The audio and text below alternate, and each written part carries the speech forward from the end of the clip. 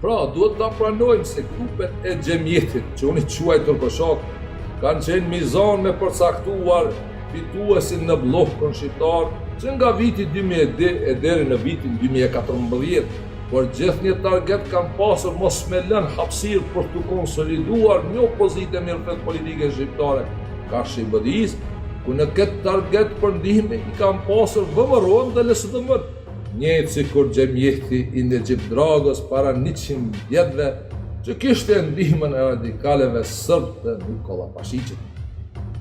Tani grupet e xhemjetit, pavarësisht se tani janë të ndara në dy tabore, grupi i Tetovës dhe grupi i Shkupit, janë bë mizon se kush duhet të qeverisë në shtetin e Maqedonisë, e keni qartë apo jo? Kjo nuk është pak, kjo është shumë dhe prisme.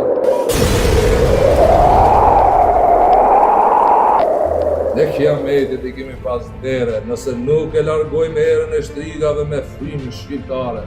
Ata janë imponuar të shqiptarët duke e përdorur emrin e Zotit, ku shumica e tyre janë haxhiler, duke thënë se nuk ka paqe në Ballkan pa implikimin e Turqisë. Nuk e kam thonë unë këtë, por në e di se atje ku ka qenë Turqia, këto 2 dekadat e fundit, nuk ka pasur paqe, por ka pasur luftë civile. Apo jo?